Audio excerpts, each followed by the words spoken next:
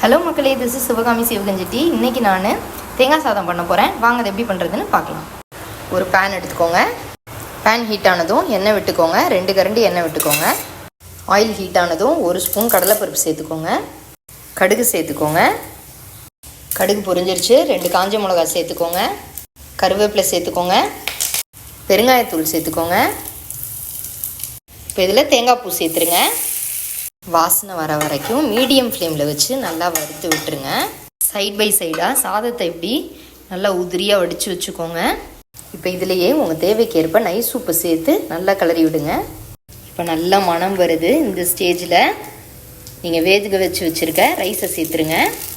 இப்போ நல்லா சேர்த்து கிளறி விடுங்க. சேர்த்து கிளறியாச்சுங்க. அடுப்பு ஆஃப் பண்ணிடுங்க. அவ்வளோதாங்க, ரெடி ஆகிடுச்சு சுட சுட சுவையான தேங்காய் சாதம்.